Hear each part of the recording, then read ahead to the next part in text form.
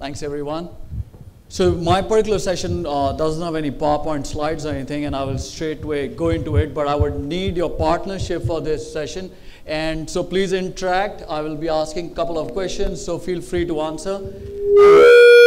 Most of the questions I'm going to ask, you might not have the answers to. So there's no burden to be right over there, correct? So just go ahead and enjoy yourself. I will start by quoting Darwin, and I'm sure most of you know Darwin, correct? Anything that you know about Darwin that you'd like to share with me? What is he famous for? Exactly, thanks a lot, sir. All right. Now, in terms of, you need to develop, leaders who are constantly thinking of learning. We need to understand about evolution, correct? And what did Darwin say? It is not the strongest that will survive. It is not the most intelligent that will survive. It is one who's most adaptable to change will survive. And how do we constantly get into a motion of change? How do we constantly upgrade our people? How do we constantly go and have those conversations with our line managers who feel training is just not a good, feel good or a lunch or out of office experience? And that starts from people sitting over here, and I think so everybody who manage L&D or OD to create that kind of a zing in that. So I will quote a couple of case studies. I'll quote certain examples, how organizations did that, but before that, how we failed in that, correct? Have you heard of this company called P&G? Yep. What's its full form? What are they famous for? Give me some products, some brands. Okay, so it's a good company. It's a big company, correct? It's a large company. Okay, do you have any idea what were they into 100 years ago? 100 years ago? Yeah? In? Detergents? All right, anybody else? A mom and pop store? Okay. Okay. I can see your hand, but I'm not going to ask you. He knows the answer, correct? All right. Okay.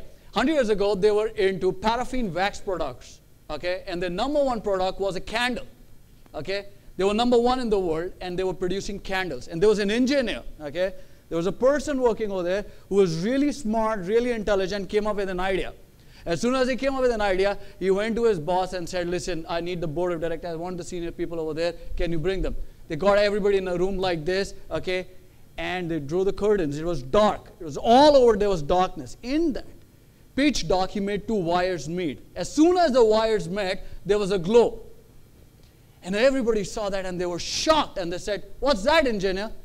He said, listen, we are in business of light. We are not in business of candles. So let's be concept-centric. We sell light. Let's not be product-centric that are candles. And this is encased lamp. And today we know it as the bulb, correct? Everybody got excited. Okay, it's like when you go back to your boss or you make a presentation, people say, great idea, we'll get back to you. Yes or no? Yeah? Then what happens? Anybody gets back to you? Most of the times, no. So nobody got back to this engineer. Days turned into weeks, weeks into months. Nobody got back. He got frustrated, went to his boss and said, I thought we had a great idea. What did the boss say? Yeah. Then when are we starting the production? He said, no. He said, why? He said, we are number one. Why do you rock the boat? Let it happen. I call it as autopilot mode. Have you seen people in organizations? Autopilot mode, Monday, Tuesday, Wednesday, Thursday, Friday, Saturday, Sunday, correct? Autopilot mode. So it's fine. We are number one. So he kept on arguing with the boss. After a while, when you argue with your boss for so long, the boss got frustrated and said, listen, engineer, if you really believe in this, why don't you do it yourself? And that's the key, at times in organizations, how at that time we can understand, we can partner with line managers to not let go of such kind of people and figure out what is that we can do so that people are constantly savvy. This person left P&G, but before leaving, he made a prophecy. What's a prophecy? You say something in present and becomes true in future. You know what he said? He said, I will make light so cheap, only rich can afford the candles. Correct? Feb 14th is coming. You will take your spouse or your partner to a candlelight dinner. How much will be the bill? Much more than a, lit place. Correct? This man formed a company which is 2.5 times larger than P&G. The name of the company is GE, General Electric. Okay, and the name of the man? Thomas Alva Edison. What's the point? The point I'm making is that there are possibilities along with limitation and these challenges that we feel as professionals to get things done. The point is, what are we focused on? Looking at things to make it happen or why it can't happen? Because in terms of, I've been a line manager. I know people come to me for feel-good training workshops, or there's a budget, let's do it before it's getting over. But how constantly, whatever we do is going to end up in being in a business result, or we are very clear it's not a business result, it's just going to be developmental. And how to look for possibilities for throughout. Okay? Now, I'm going to ask you a very simple question. How many stars can you count with your naked eye on a clear night? How many stars? Now, there's a finite number. All right? It's not up to your want. There's a finite number. Say anything. I told you. There's a number. Give me a finite number. Yeah. 15. All right. Anybody over there? How many stars can you count with your naked eye on a clear night? 1 a minute. It's not a race. Okay? All the time that you have. You cannot count more than 3,147 stars. It's a mathematical calculation done by Isaac Asimov, who's a futurist, who's a scientist. The point is, did human beings stop at 3,147 stars, or did we invent something to look for more stars? We invented the telescope. Okay, that's correct answer, correct? Yes, we invented the telescope, and that's what I'm going to give you in next 12 to 15 minutes, okay? Couple of telescopes which will help you when you go back, how you can put these telescopes and look for possibilities to go ahead and have those conversations and develop, great savvy leaders who are thinking about learning or experiences. But before that, I'm a behavioral scientist. We have a very different way of conversation, so I'm going to make an allegation, all right? An allegation is that all of us, including me, we are prisoners of conditioning and patterns, correct? And I'm going to prove it, that we are in patterns always, okay? Remember I spoke about the autopilot mode, okay? All of us like to sit in patterns, do things in patterns, drive cars in patterns. Edward de Bono wrote a book on patterns, and 80% of the time, these patterns are really good. That's why the brain likes to get lazy. Human beings mostly use 7% of their potential of the brain because brain likes to get lazy, correct? And that's what the brain does, okay? But same patterns which are so great, whether it's eating food, do you know the same leg goes inside the trousers? Try wearing from the other leg, okay? You'll lose your balance. Pattern, okay? But these patterns which makes our life easy are the same patterns which stop us from a breakthrough to get those things done, to have those conversations, to get into a mode which is constantly looking for breakthroughs, okay, for developing people. So, as I said, I'm going to just make an allegation. That means I have to prove it, okay? So I'm going to just take anybody from in the participants who have not met before, okay? Or somebody can volunteer, okay? But you need to sit down. There's nothing. Anybody? Okay, great. Your name, sir? Ranjiv. Okay, I'm going to come back to you, okay, Ranjiv? But before that, I'm an engineer, all right? So my entire education was based on patterns, how they are helpful. So when I was getting trained in Switzerland in behavioral science by Hans Burke, I questioned everything because that is opposite of what we are trained to. So he made me do a simple exercise. Most of you might know it, but still indulge me. Let's go forward with this. If you can extend your arms, everybody please. You can extend your arms. All right, and clasp your hands. All right, automatically one of the thumb will come on the top. Okay, if your right thumb is on the top, just do this and get it back. Okay, don't feel bad if you have a left thumb on the top, doesn't make any difference. Okay, it's 50-50 in 100 people. Okay. What you need to do is open your hand and change it so that the other thumb comes on top. Okay? If your left thumb was on top, get the right one. If your right one was on top, get the left one. Okay? How does it feel? Uncomfortable. What did you move? What did you move? One finger, correct? And we feel uncomfortable. Do you know you were 6 months old when you did this for the first time? And till today, the same hand comes up, okay? Till today, same finger. So when you are having those conversations, okay, either with line managers or with the CEO or with the client or anything, okay, for building these development savvy leaders, remember, they've been like this. Now you have to go into this, and as soon as you do this, they're going to feel uncomfortable. And they want to come back to this way. Because no breakthrough will take place inside the comfort zone. So if you're looking for a breakthrough, it has to be uncomfortable. It has to be a lot of conversations. It's going to take a while. And for that, we need a lot of psychological energy and membership skills. How do we do that constantly? Correct? Because your energy will go away, you'll get disheartened. But remember, it is uncomfortable. If it's comfortable, then there's no breakthrough. There's no need for us to sit over and have this conversation. So the brain constantly likes to get into pattern, okay? So I'm going to just do another exercise and then help you with a couple of telescopes here. Yes, Ranjit, don't open this particular chit. I'm just going to ask you questions. You just give me answers fast, all right? How many months in a year? 12. Can you name them for me? Great, Ranjit. Choose any 6 and say them loud. February, December, January, okay. March, September. February, I'll just write down. I'm getting confused. Okay, February, December, January, March, September, October. Out of these 6 months, Feb, December, Jan, March, September, October, choose any 4 months. Feb, September, October. Feb, September, October, December. Out of Feb, December, September, October, choose any 2 months. December, Feb.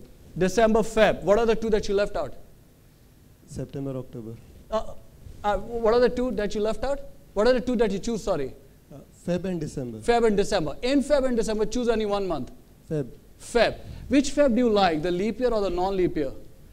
Non-leap. Non-leap year. 1 day less, same amount of money, correct? It's good, correct? Okay, good, I understand. You and I think alike. Good. So in Feb, there are 28 dates in a non-leap year. Out of 28 dates, choose any 20 dates and say them loud. 1, 2, 3, 4, 5, 6, 7, 8, 9, 10, 11, 12. 1 to 20? Is that what you're saying? Out of 1 to 20, choose any 10 dates. 2, 4, 6, 8, 10. You are a tough cookie, you know. You know I've got 17 minutes, correct? 2, 4, 6, 8, okay? 10, 12, 14, 16, 14, 16, 18, 20. Okay, 1, 2, 3, 4, 5, 6, 7, 8, 9, 10. Out of these 10 dates, choose any 6 dates. 12, 14, 18, 10, 8. 12, 14, 18, 10, 8, 10, 6. 8. What are the one that you left out? Okay, these are 5. What is the 6th date? 2. 2. Out of 1, 2, 3, 4, 5, 6 dates, choose any 4 dates. 4. 1, 2, 3, 4, 5, 6 you chose. Out of these 6 dates, choose any 4 dates. Any 4 dates. Yes, sir. 2, 10, 12, 18. 2, 10, 12, 18. Out of 2, 10, 12, 18, choose any 4 dates. 10, 12, 18. Out of these 4 dates, sorry, choose any 2 dates. Out of 2, 10, 12, 18, choose any 2 dates. 2 and 12. 2 and 12? Of which month, sir? Feb. We are talking about Feb. Out of Feb 2 and Feb 12, choose 1 date for yourself, 1 for me. 2 for me, 12 for you. 2 for you.